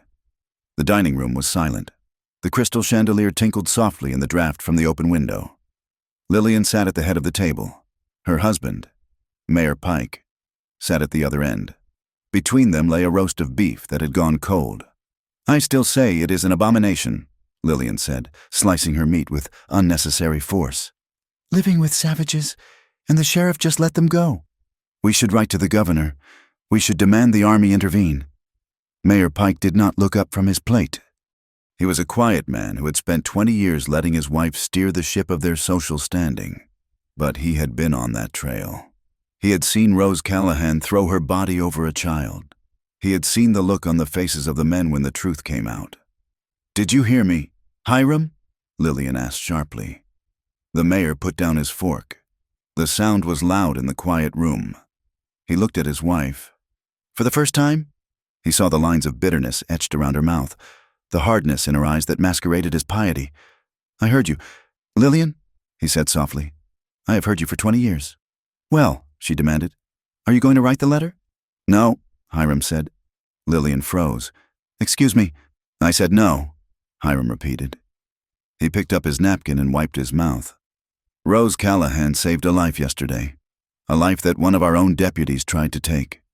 She is gone. She is out of our town and out of our lives. Leave her be. She is a stain on this community." Lillian cried, her face flushing red. "The stain is here," Hiram said, tapping his chest. "It is in this room. It is in the way we treated her." He stood up. "I am going to study. I will be sleeping in the spare room tonight." Lillian watched him walk out. She sat alone at the long table, surrounded by her fine china and her righteous anger. She waited for the indignation to warm her, but for the first time, it did not work. The silence of the house pressed in on her, cold and absolute. She realized with a sudden, terrifying clarity that she had won every argument but lost the only war that mattered. High in the red cliffs, the air was thin and sweet. Life in the Apache camp had returned to its rhythm, but it was a rhythm that now included a new heartbeat. Rose Callahan was no longer a guest. She was of the people. The transition was not without its scars. The memory of the town, of the jeering crowds and the cell, still woke her in the middle of the night. But when she woke, gasping and sweating, she was not alone. One night, 3 days after the confrontation, Rose sat up in the darkness, her chest heaving. The phantom sensation of the river water filling her lungs was choking her. A hand touched her shoulder. It was large, warm, and rough. "Breathe." Nantan Kai's voice came from the darkness beside her. "You are on dry land." Rose turned to him. The embers of the fire cast a faint, orange glow on his face. He was propped up on one elbow, watching her. He did not pull her close immediately. He waited for her to come back to herself. "I dreamt of the mud," Rose whispered. "I dreamt they were pushing me under." Nantan sat up. The buffalo robe fell to his waist. His chest was scarred from old battles. A map of violence that he wore without shame. He reached out and brushed a strand of damp hair from her forehead. "The mud washes off," he said. "The memory is harder to clean, but you are not there. Look." He gestured to the smoke hole in the roof of the wickiup. A single bright star was visible, framed by the willow branches. "That is the morning star," he said. "It does not care about the mud. It only cares that you are here to see it rise." Rose looked at the star. Then she looked at Nantan. The fierce protectiveness he had shown on the cliff was gone, replaced by a quiet, steady tenderness that unnerved her more than his anger ever could. "I am afraid I will break," she confessed. "I have been bent so many times. Nantan, what if I am not strong enough for this life?" "You bent," Nantan agreed. "You did not break. Iron bends in the fire to become a blade. Wood bends in the wind to become a bow." He moved closer. His hand cupped the back of her neck, his thumb stroking the sensitive skin behind her ear. It was a touch so gentle it made her shiver. "You are strong enough," he murmured. "And when you are not, I will be the rock you lean on." Rose leaned into him. The contact was electric. She felt the heat of his skin against hers, the steady thump of his heart. It was a different kind of intimacy than she had ever known. It was not about taking, it was about sharing. She turned her face into his palm and kissed the rough center of his hand. Nantan inhaled sharply. He lowered his head, his lips finding the hollow of her throat. "My wife," he whispered against her skin. They sank back onto the furs together. There were no hurried movements, no desperate grasping. There was only the slow, deliberate language of touch, the slide of skin on skin, the tangling of legs, the shared breath in the quiet dark. For Rose, who had known men's hands as weapons or tools of transaction, this was a revelation. This was not being used. This was being known. The weeks turned into a month. Summer began to scorch the high desert. Nantan Kai faced pressure from his own council. Some of the older warriors worried that having a white woman in the camp would bring the soldiers back. They watched Rose closely, waiting for her to falter, waiting for her to run back to the soft life of the settlements. Rose knew she was being watched. She did not shrink from it. She worked. She learned to grind the mesquite beans into flour, her arms aching from the heavy stone pestle. She learned to scrape hides, the smell making her gag at first. Until she learned to breathe through her mouth, she learned to ride not in a side saddle, but astride, her legs gripping the horse's flanks, moving with the animal rather than sitting upon it. The test came with the heat. August brought a drought that cracked the earth and turned the streams to dust. The water level in the canyon dropped dangerously low. The horses, the lifeblood of the tribe, began to suffer. One morning, the herd boss, a man named Taza, came to Nantan with worry in his eyes.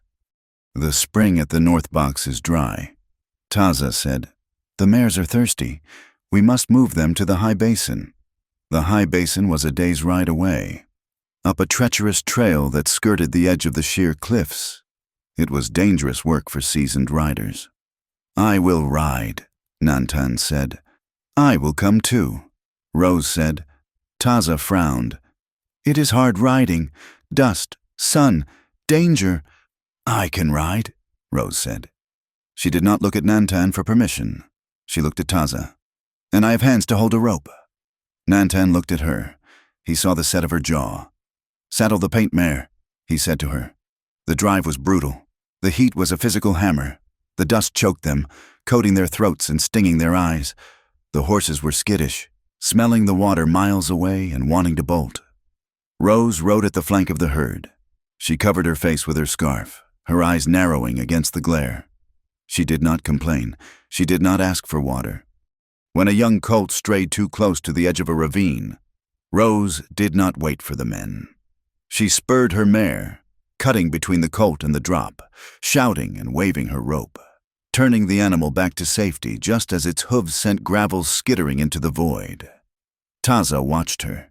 He saw her wipe the sweat from her eyes and wheel her horse back into position. He nodded once, a sharp, decisive movement. They reached the high basin just as the sun was setting. The water there was cool and deep. The horses rushed into the pool, drinking greedily. The Apache men slid off their horses, exhausted. They passed a water skin around. When it came to Taza, he did not drink. He walked over to where Rose was loosening the cinch on her mare. He held the skin out to her. "Drink," Taza said. "You ride well." "Apache rider?" It was a small thing, a few words. a drink of water. But in that moment, the wall between Rose and the tribe crumbled completely. She was no longer Nantan's white wife. She was one of the people who rode in the water. Rose took the skin. "Thank you," she said. She drank, the water tasting sweeter than any wine she had ever known. In Red Mesa, the change was slower, less dramatic. But it was there. Reverend Coates stood in the pulpit on Sunday morning. The pews were half full. Lillian Pike was there, sitting rigidly in the front row. But the space around her was empty. People were sitting further back, or on the other side of the aisle. "We speak of neighbors," the Reverend said, his voice quiet but steady. "We speak of charity, but charity is easy when it costs us nothing. Charity is hard when it asks us to look at our own sins." He looked out at the congregation. He saw the baker, Mr. Gable, who was staring at his hands. He saw the blacksmith. "We judged a woman," the Reverend continued. "We cast her out, and in doing so, we showed that our faith was thinner than the paper of this Bible. God does not look at the clothes we wear or the past we carry. He looks at the heart, and I fear that on the day of judgment, a certain heathen chief will stand taller than many of us." There was a shifting in the pews. It was uncomfortable. It was necessary. Later that week, a crate was left at the edge of the trail leading to the canyon. It was anonymous. Inside were jars of peach preserves and a bolt of flannel for winter shirts. There was no note, but everyone knew it was from the baker's wife. It was a silent apology, a small crack in the dam of prejudice. The season turned. The aspen trees in the high country turned to gold, shaking their coins in the wind. Rose stood on the bank of the river. It was the same spot where Nantan had pulled her out months ago. The water was lower now, clearer, flowing with a gentle murmur over the stones. She wore a dress made of soft buckskin, beaded at the collar with patterns Nana had taught her. On her feet were moccasins that allowed her to walk silently on the earth. Her hair was loose, blowing in the wind. She heard footsteps behind her. She did not flinch. She knew the sound of his walk. Nantan Kai stepped up beside her. He did not speak. He simply stood there, sharing the view. "The water is peaceful today," Rose said. "It is resting," Nantan replied. "It has done its work." Rose looked down at her hands. They were brown from the sun, calloused from work, and stronger than they had ever been. She thought of the girl who had arrived in Red Mesa with a carpet bag and a heart full of fear. That girl felt like a stranger now, a ghost from another life. "I used to hate this river," Rose said softly. "I thought it wanted to kill me." "The river just is," Nantan said. "It gives life. It takes life. It follows the path, like us." He reached out and took her hand, his fingers interlaced with hers, a perfect fit. "Do you miss them?" Nantan asked, nodding toward the distant smoke of the town. The houses of wood, the music in the church. Rose looked at the horizon. She thought of the silence in the mayor's house. She thought of the fear in the sheriff's eyes.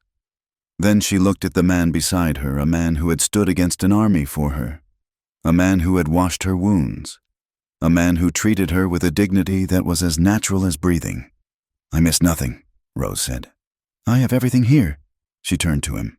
"I have lived, Nantan, for a long time. I was just surviving. I was hiding. But now I have lived, and I am not sorry for the scars that brought me here." Nantan lifted her hand to his lips. He kissed her knuckles, one by one. "A warrior is proud of his scars," he said. "They are the map of his survival." He looked deep into her eyes. "The winter comes soon," he said. "The snow will be deep." "Let it come," Rose said, stepping closer to him, resting her head against his chest. "We have fire, we have furs, and we have the truth." Nantan wrapped his arm around her, pulling her tight against his side.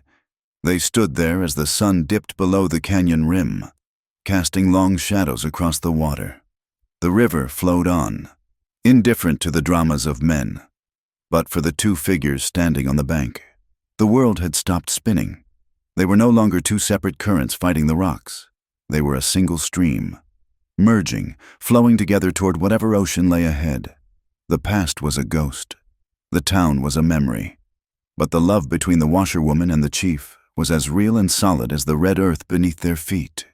2 years had passed since the rock slide changed the face of the mountain. In that time, the land had healed itself with the quiet persistence of the desert. The scars in the earth were covered now by sagebrush and wild sunflowers. The trail that had once been a path of conflict was now a road of commerce. At the junction where the wagon road met the narrow goat path leading up to the Apache strongholds, a structure had risen. It was not a fort, and it was not a house. It was a shelter, built of sturdy red pine and adobe brick, with a wide porch that offered shade to anyone who passed soldier, settler, or Apache. This was the trading post of Coyote Creek, though the locals had simply taken to calling it Rose's Place. The morning sun was just cresting the eastern peaks, painting the adobe walls in shades of apricot and gold. Rose Callahan stood on the porch, sweeping the dust from the planks. She wore a dress of simple calico, cut in the style of the settlers, but trimmed with the soft buckskin fringe of the Apache. Her hair was braided back, thick and dark, no longer hidden under a bonnet of shame. Inside the post, the shelves were stocked. There were sacks of flour from the mill in Red Mesa, jars of honey from the hives in the valley, and beside them, stacks of cured deer skins, woven baskets with intricate geometric patterns, and bundles of dried medicinal herbs gathered from the high country. It was a place where two worlds met, not to clash, but to trade. Behind the post, the sound of a hammer striking wood rang out with a rhythmic, steady beat. Nantan Kai was repairing the corral fence. He worked with his shirt off, the early morning sun warming his back. He did not rush. Every nail was driven with intention. Every board was measured twice. Rose stopped sweeping and watched him for a moment. In the stories the women of Red Mesa used to tell, an Apache warrior was a creature of destruction, a whirlwind of violence. But Rose knew the truth. She knew that Nantan's love was not a wildfire that consumed. It was a hearth fire that sustained. He did not court her with poetry. He did not buy her trinkets. He showed his love by ensuring the roof did not leak when the monsoon rains came. He showed it by checking the hooves of her mare every morning before she rode. He showed it by building this place. Not because he wanted to be a shopkeeper, but because he knew Rose needed a bridge back to the world she had lost. He had not saved her from the river to keep her as a prize in his wigwam. He had saved her so she could stand on her own 2 feet. Nantan looked up, sensing her eyes on him. He paused, wiping his brow with his forearm. He did not smile, but the lines around his eyes softened. He nodded once, a silent communication that said, "I am here. We are good." Rose nodded back and returned to sweeping. The rhythm of her life had changed from the frantic heartbeat of a hunted animal to the steady, deep pulse of the mountain itself. Later that morning, the sound of wheels crunching on gravel announced visitors. Rose leaned the broom against the wall and wiped her hands on her apron. She stepped out into the sunlight. A wagon was coming up the road from Red Mesa. It was not the sheriff's black carriage, nor was it the heavy freight wagons of the silver mines. It was a simple buckboard, pulled by 2 sturdy mules. Driving the wagon was Eli Vasquez. Beside him sat Marta Quinn, looking frail but determined, wrapped in a heavy wool shawl despite the warmth of the day.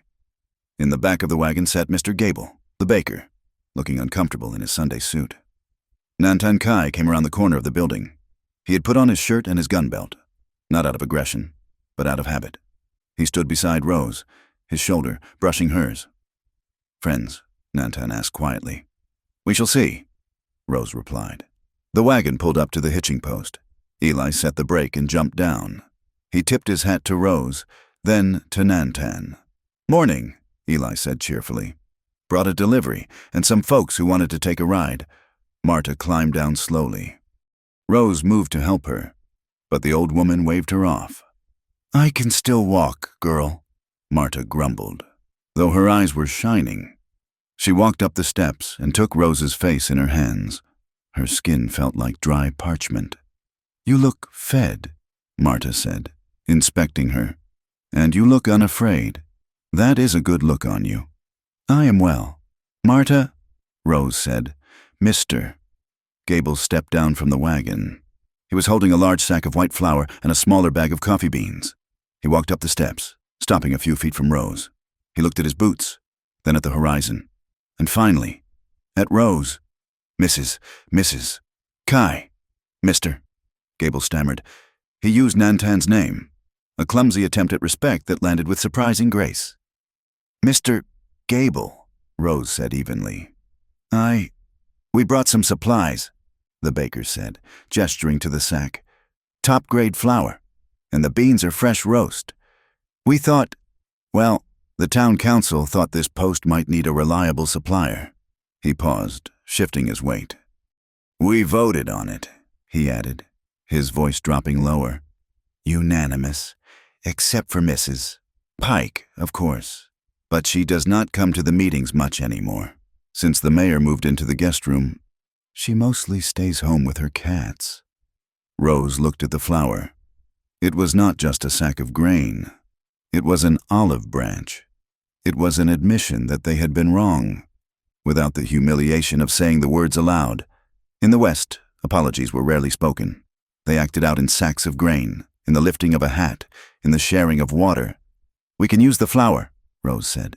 We have hides to trade, buckskin, good quality. Mr. Gable nodded vigorously. I have seen the work. It is fine work. The miners, they pay top dollar for gloves made of that skin. Then we have a deal, Rose said. She invited them inside. They drank coffee brewed strong and black. They talked about the weather, about the price of silver, about the railroad that was finally laying track 10 miles south. They did not talk about the trial, or the river, or the day the posse rode out to kill. It was a quiet justice. It was not the banging of a gavel or the hanging of a villain. It was the simple act of breaking bread with the people who had once thrown stones. It was the restoration of dignity. When they left an hour later, the wagon lighter but the hearts perhaps a little heavier with the weight of conscience, Rose stood on the porch and watched them go. Marta had pressed a small envelope into Rose's hand before leaving. Open it later, Marta had whispered, when you are alone. Rose sat on the wooden bench on the porch. Nantan had gone back to the corral, understanding that she needed a moment. She opened the envelope. Inside was a single sheet of paper, folded around a small, dried flower, a desert primrose. The note was not from Marta. It was written in a shaky, hesitant hand. Dear Rose, the Reverend says we must seek forgiveness to find peace. I do not know if I have the right to ask for it. I threw a stone. It was small, but my heart was hard. I see you now, and I see that the sin was not yours. I hope the winter is kind to you. Sincerely, Sarah Miller. Sarah, the blacksmith's wife, the woman who had blocked the well. Rose folded the letter. She did not feel a surge of triumph. She felt a quiet release, as if a tight knot in her chest had finally loosened. She went inside the post and found a piece of paper and a pencil. She sat at the rough-hewn counter. She did not write back to Sarah. Instead, she wrote to someone else, to the girl I was before. You were so afraid. You thought the stain of the dance hall was tattooed on your skin. You thought you had to scrub until you bled to be clean. I am writing to tell you to put down the brush. The past is not a sentence. Rose, it is just the road we had to walk to get here. They called you dirt. They called you broken. But dirt is where the corn grows. And broken things can be mended stronger than they were before. You survived, and because you survived, I can live. I do not apologize for you anymore. I honor you. Rose. She folded the paper and tucked it into her pocket, next to the blue silk scarf she still carried. That evening, as the sun began its descent, turning the sky into a bruised canvas of purple and crimson, Nantan came to the porch. He had finished the fence. He smelled of pine sap and honest sweat. The work is done, he said. For today, Rose replied. The horses are restless. Nantan said. They smell the wind from the north. A change is coming. Let it come, Rose said. She stood up and went into the back room. She returned a moment later carrying two things. One was the blue silk scarf. The other was the wedding blanket, woven with the colors of the 4 directions. She walked out to the hitching rail where her mare stood dozing. With deliberate movements, Rose tied the blue silk scarf to the pommel of her saddle. It fluttered in the breeze, a flash of brilliant, defiant color against the worn leather. It was no longer evidence of a crime. It was no longer a badge of shame from a life in Tombstone. It was a flag. It was a signal to anyone who rode by that here lived a woman who hid nothing. A woman who had walked through the fire and came out carrying her own truth. Then she took the blanket. She walked over to the wooden railing of the porch and draped it there, spreading it out so the last rays of the sun could catch the vibrant red and yellow wool. It was not a boast. It was a statement. Here is a home. Here is a union. Nantan watched her. He did not ask what she was doing. He understood symbols better than any white man. He understood that she was reclaiming the pieces of her life and weaving them into a new pattern. He walked over to her. He took her hand, his fingers calloused and warm. "The river is quiet tonight," he said. "It is," Rose agreed. "Walk with me," Nantan said. They walked away from the post, down the small path that led to the riverbank. The water was low, a ribbon of silver reflecting the first stars. The air was cool, carrying the scent of damp earth and sage. They stopped at the water's edge. This was the place where she had almost drowned. This was the place where he had pulled her from the mud. It was a holy place, sanctified by terror and salvation. Rose looked at the water. It flowed on, indifferent and eternal. "They will never really accept us, will they?" Rose asked softly. "The town, not fully." Nantan picked up a smooth stone and skipped it across the surface of the water, 1, 2, 3 hops before it sank. "The coyote does not ask the dog for permission to sing," Nantan said. "Red Mesa is a town of fences. We live in the land of no fences. They may not love you, Rose, but they respect you. And respect lasts longer than love that is based on fear." Rose looked at him. His profile was cut against the darkening sky, sharp and noble. "I do not need them to love me," Rose said, the realization settling in her bones like a heavy, comforting weight. "I spent my whole life begging for crumbs of kindness. I starved myself trying to be small enough for them to swallow." She squeezed Nantan's hand. "I am done being small." Nantan turned to her. He placed his other hand over hers, trapping it in warmth. "You were never small," he said. "You were just far away from where you belonged. A tree cannot grow in a box. It needs the earth." He looked toward the path that led up into the mountains, toward the high camp where the people lived, where the fires were burning and the stories were being told. "The night deepens," Nantan said. "The fire waits." He did not pull her. He did not command her. He simply stood there, an anchor and a compass.